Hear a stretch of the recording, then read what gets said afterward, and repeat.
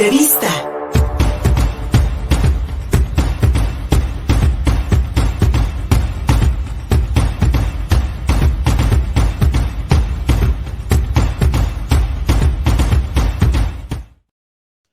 Recientemente, en Puebla, la diputada local Aurora Sierra presentó una iniciativa en el Congreso del Estado para erogar el riesgo del contagio previsto en el Código Penal del Estado. Esta iniciativa proviene del activista Carlos Estrada, quien lleva un litigio de varios años en contra de la empresa Estrella Roja por acoso laboral y despido injustificado. Carlos vive con VIH. A partir de esta iniciativa, pues aquí en Contigo Puebla nos preguntamos en cuántos códigos penales de cuántos estados y a nivel nacional todavía se sigue criminalizando a aquellas personas que, por ejemplo, viven con VIH-Sida en nuestro país u otras enfermedades. Para hablar de ello, le agradezco mucho a Leonardo Bastida Aguilar de la Red Mexicana de Criminalización del VIH y a Ricardo Hernández Forcada. Él es jefe de Derechos Humanos del Centro Nacional para la Prevención y Control del VIH-Sida, el CENSIDA, dependiente de la Secretaría de Salud Federal. Ambos, muchas gracias por conectarse, gracias por estar aquí con nosotros para que hablemos precisamente de este riesgo de contagio.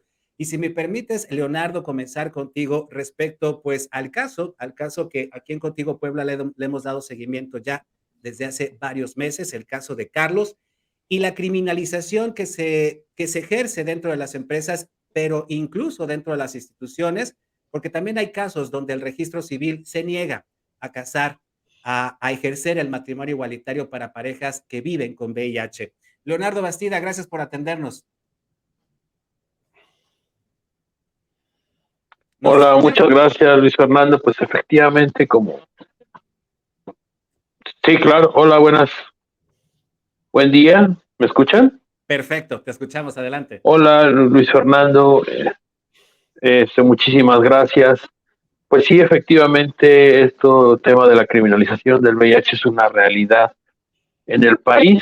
Actualmente en 29 estados todavía hay dejos de leyes que justamente pues pueden sancionar penalmente a quienes viven con VIH bajo la figura del peligro de contagio, tomando en cuenta que esta figura, este delito, tiene una lectura ambigua en el sentido de que solo alega, solo argumenta que el peligro de contagio es porque alguien pone en riesgo la salud de otra persona bajo la percepción de la otra persona, ¿no? Entonces eso hace que la interpretación sea muy ambigua, que no sea muy concreta y que desafortunadamente con las definiciones que existen en los códigos penales de enfermedades incurables, enfermedades contagiosas, enfermedades mortales, desafortunadamente con el desconocimiento que se tiene de la situación del VIH en el país, pues justamente se le engloba dentro de esas categorías cuando en realidad ya el VIH ha dejado de ser una enfermedad que se consideraba pues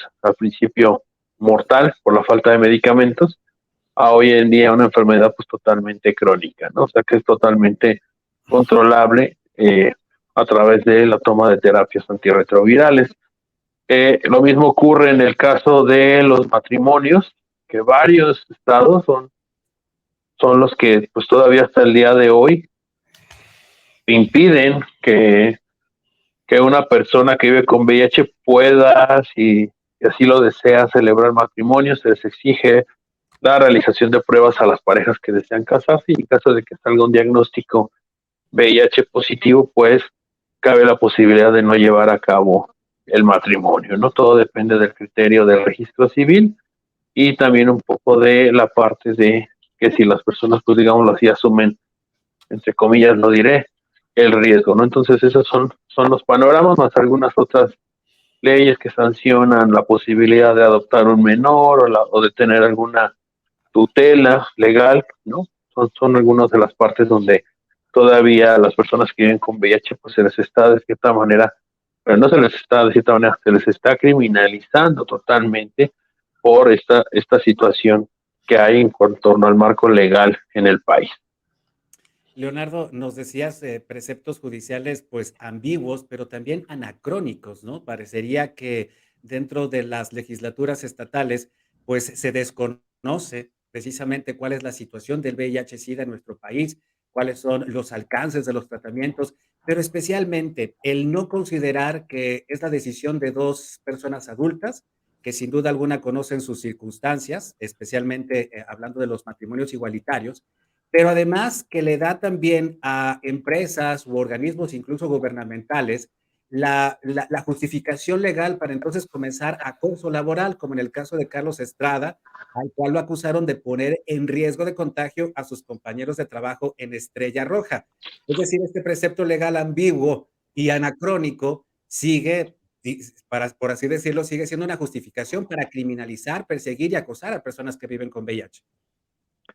Claro, de hecho, pues hay que recordar, digo, esta información puede ser muy repetitiva, pero los mecanismos de transmisión del VIH solo son a través del contacto sexual, a través de transfusiones sanguíneas o a través de la transmisión perinatal, o sea que de madre a hija durante el momento del embarazo. Entonces prácticamente todo lo demás está sustentado en mitos que hay alrededor del VIH sobre que si ocupas un mismo instrumento que una persona con VIH te puedes infectar, sobre mitos que el tener contacto, saludarla, darle un beso, que si llora, que si un mosquito me pica y a la otra persona también, o sea, son solo mitos que carecen justamente de evidencia científica. Los tres mecanismos de transmisión están más que comprobados científicamente, no hay otras formas. Y también, como decía, actualmente las condiciones de salud que alcanzan las personas que viven con VIH son bastante buenas, gracias a los tratamientos antirretrovirales. Prácticamente estamos en un momento muy importante porque se está llegando a los niveles que se consideran de indetectabilidad, que son esos niveles en los que la persona que vive con VIH ya no es considerada pues una opción de infección, porque ya justamente la concentración del virus en su sangre es demasiado baja como para poder infectar a otra persona. Desde la Red Mexicana de Criminalización del VIH, perdón, Leonardo, ¿han ustedes recibido casos de otros estados de la República? Nos recordabas que también en otros códigos penales persiste este riesgo de contagio, esta criminalización. ¿Ya han recogido ustedes otros casos similares al que hablábamos aquí en Puebla? Tenemos conocimiento de otros casos, este, bueno, en varias partes del país, ¿no? Hemos tenido conocimiento de algún otro en la Ciudad de México, por ejemplo. Hemos tenido conocimiento de alguna otra situación con también la industria del transporte, que bueno, hemos tenido algunos otros casos que se nos han acercado. Obviamente, pues salvaguardamos la confidencialidad de la mayoría de ellos debido a la situación, pero sí se han llegado.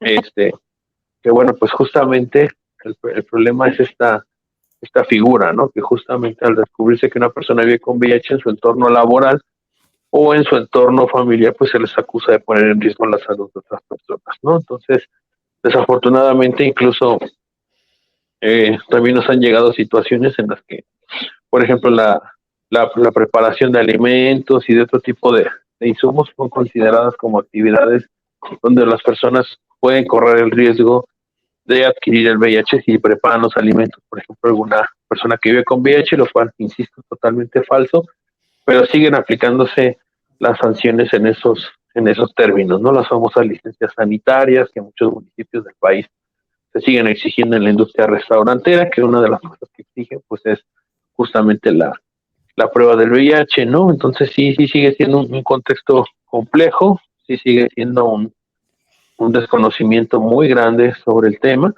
y que bueno, lo que está perjudicando pues es a que las personas que viven con VIH pues puedan desarrollarse plenamente como cualquier otra persona, porque insisto, pues no representa ningún riesgo para nadie. Leonardo, te agradezco y si me permites en este momento podernos conectar con Ricardo Hernández Forcada, él es jefe de Derechos Claro, Humanos del Centro Nacional para la Prevención y Control del VIH-Sida, dependiente de la Secretaría de Salud Federal. Y Ricardo, por lo que pues estamos conversando en este momento con Leonardo Bastida, tal parecería que seguimos con los mismos conceptos de los años 80 del siglo XX, ¿no? Con el temor de que si compartimos cubiertos o compartimos un plato, o un sanitario, o simplemente una computadora, un área de trabajo con una persona que vive con VIH, pues estaremos en riesgo de contagio. Tal parecería que no hemos aprendido. Falta en este aspecto mayor información entre la población para reconocer al VIH-Sida como una enfermedad crónica, como muchas otras que pues existen en nuestro planeta. Sí, efectivamente, llama la atención que a 40 años de tener al SIDA identificado como una condición de salud en el mundo, y justamente en este año 2013, 2023, perdón, se cumplen 40 años de haber descubierto la causa que es el virus de la inmunodeficiencia humana. Sigamos con estos prejuicios, ¿no? Sigamos con estas ideas. Quisiera precisar que estos delitos de peligro de contagio fueron incorporados en los códigos penales de todo el país en los años 20, en los años 20 y 30. Evidentemente no se había descubierto ni el SIDA ni el VIH y los legisladores no estaban pensando en esta condición de salud, sino más bien estaban pensando en la sífilis. Como medida para prevenir la sífilis, estas disposiciones legales no han tenido ningún efecto, no ha sido motivo para que desciendan los casos de sífilis. Por supuesto que no lo harán en el caso del VIH.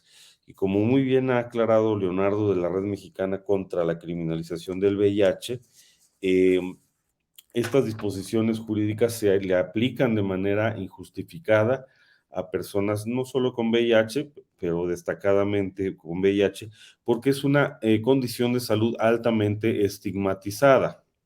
En el caso de Puebla, el artículo 213 del Código Penal prevé este delito de peligro de contagio y lo refiere a la existencia de infecciones de transmisión sexual.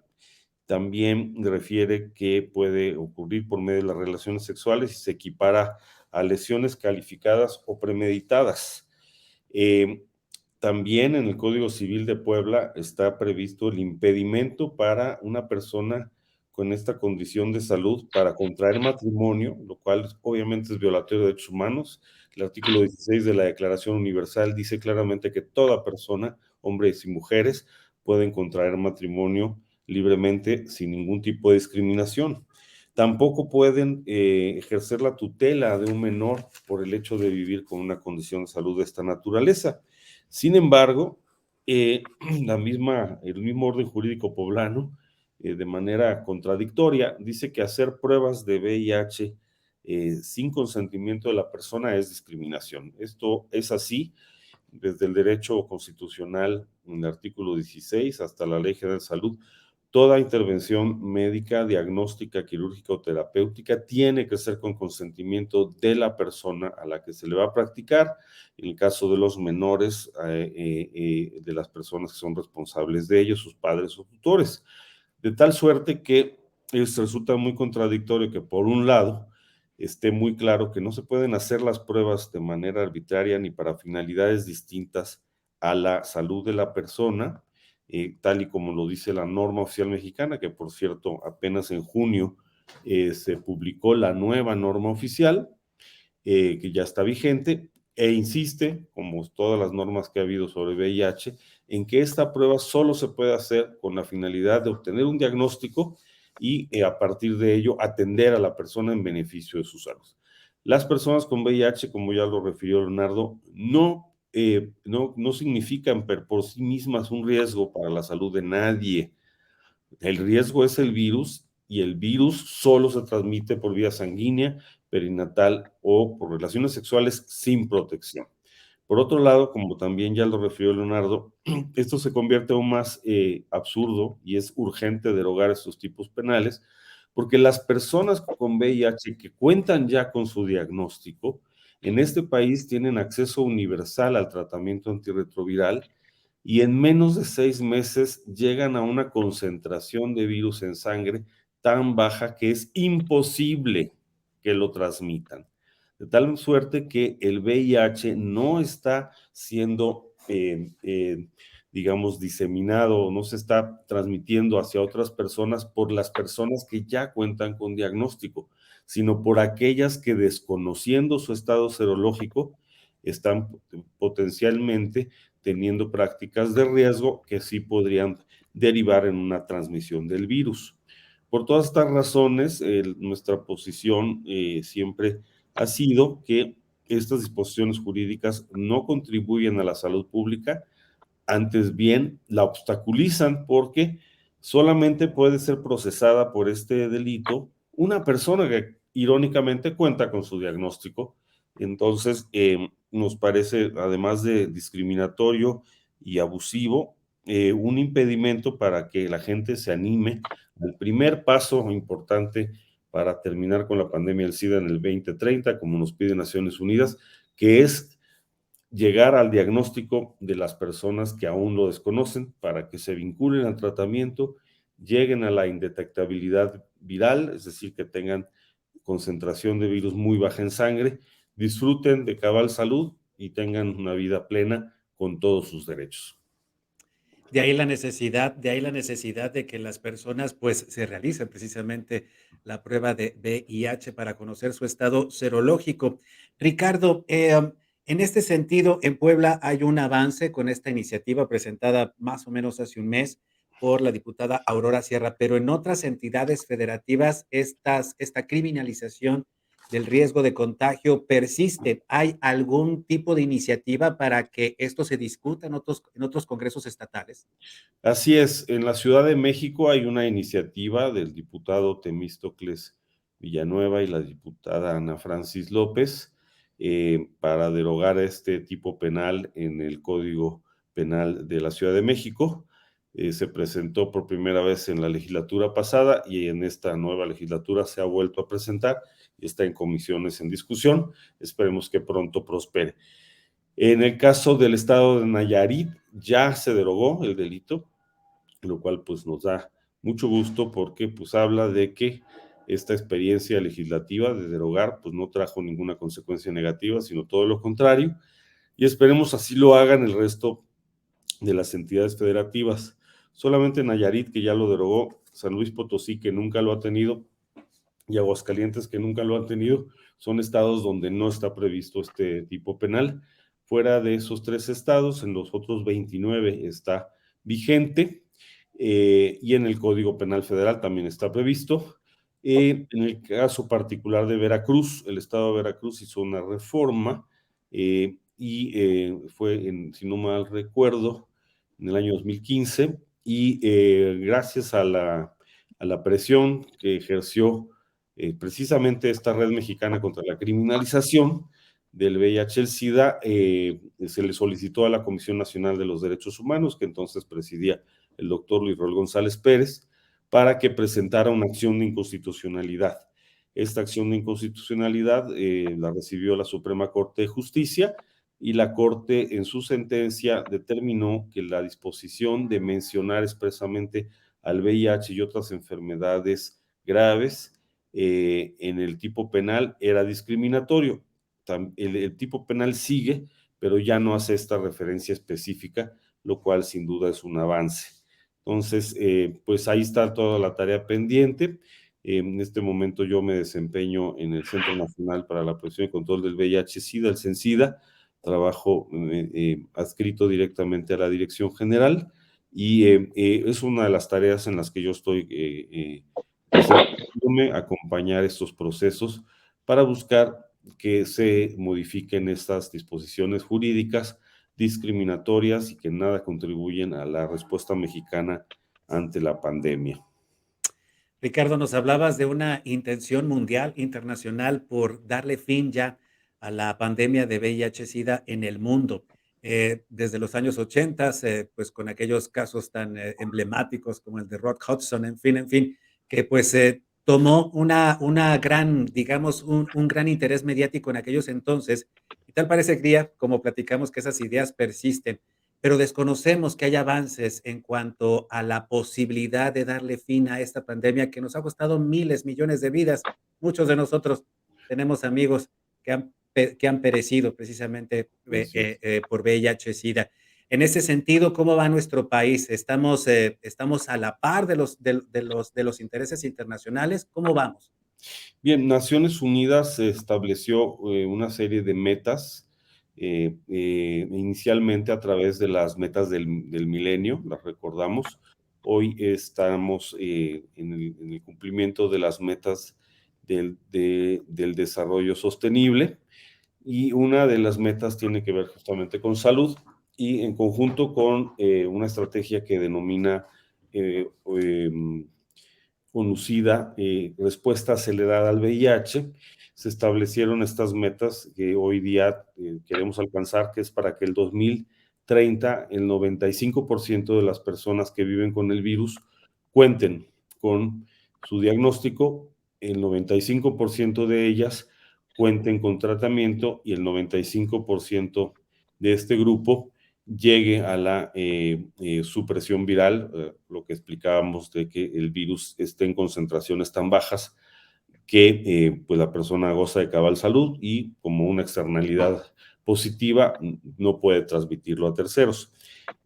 Ciertamente estamos lejos de alcanzar estas metas. Tenemos los siguientes 7 años para llegar a ellas, pero la primera meta, pues estamos todavía muy por debajo de lo deseable. No estamos llegando alrededor como del 60% de diagnóstico, sobre la base de la estimación de personas que vivirían con VIH en nuestro país.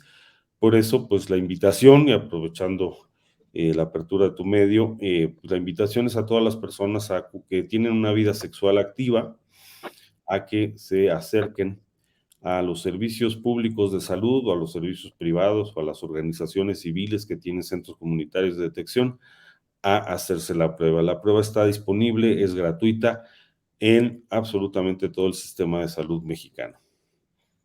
Muchas gracias, Ricardo.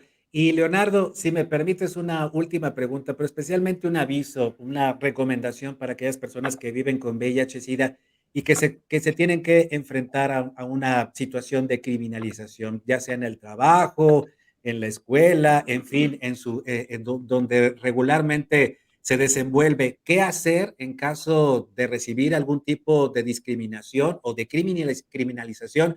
¿A quién acudir? ¿Los pueden buscar a ustedes? Claro, de hecho, pues lo ideal es que estos actos no queden en silencio, que se sigan documentando situaciones para que se tenga una perspectiva real de la situación. Muchas personas que viven con VIH justamente por este estigma social, estos prejuicios, prefieren callarse, ¿no? Y eso es muy lamentable. Creo que es mejor, pues, dar la batalla. Al final, parte de lo que se ha mencionado, la aplicación de pruebas sin consentimiento informado en los espacios laborales, el hecho de no poder contraer matrimonio, el hecho de estar siempre en riesgo de mantener algún vínculo con otra persona y considerar que te puede demandar legalmente, siempre son situaciones que llevan a que las personas no vivan de esta manera plenamente sus derechos, ¿no? Entonces, ante cualquier situación, nos pueden buscar en las redes sociales. Ahí estamos como Red Mexicana de Criminalización del VIH, en contra de la criminalización del VIH, y justamente pues ahí lo que hemos hecho es responder. Así nos han contactado, insisto, varios casos, así tuvimos conocimiento del caso de Carlos también. Entonces siempre es muy viable que nos hagan llegar los casos, nosotros poderles darles alguna opinión, poder saber cómo acompañar el caso, con quién referirse para que les pueda hacer una defensa legal, o para que lleven a cabo procesos que les hagan gozar de sus derechos. Insisto, es muy importante. A lo mejor el tema no se había visto tan drástico hace tiempo, pero actualmente, pues justamente varias personas que viven con VIH pues consideran que ya no es necesario soportar estas conductas, estos tratos, y pues es momento de justamente hacer algo, ¿no? Y ese hacer algo pues implica a veces hacer denuncias, hacer esta visibilización, hacer trabajo como el que hace Carlos, de estar tratando de hacer incidencia para que se deroguen los artículos que criminalizan a las personas que viven con VIH en Puebla.